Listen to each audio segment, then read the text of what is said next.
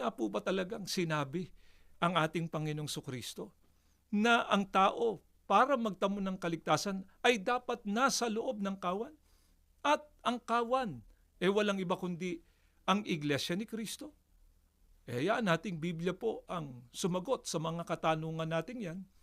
Pakinggan ninyo ang mismong pagtuturo, pahayag ng ating Panginoong Sukristo. Dito po sa 1 Gs, ang talata po ay 9, pakinggan po ninyo. I am the door.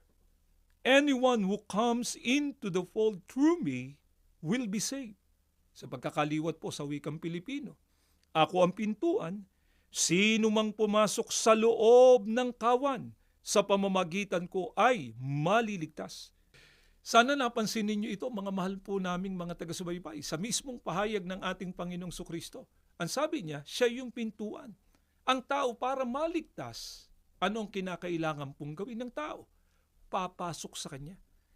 Pero sino po yung tunay na pumasok sa ating Panginoong Sukristo? Sila anya'y napaloob doon sa kawan.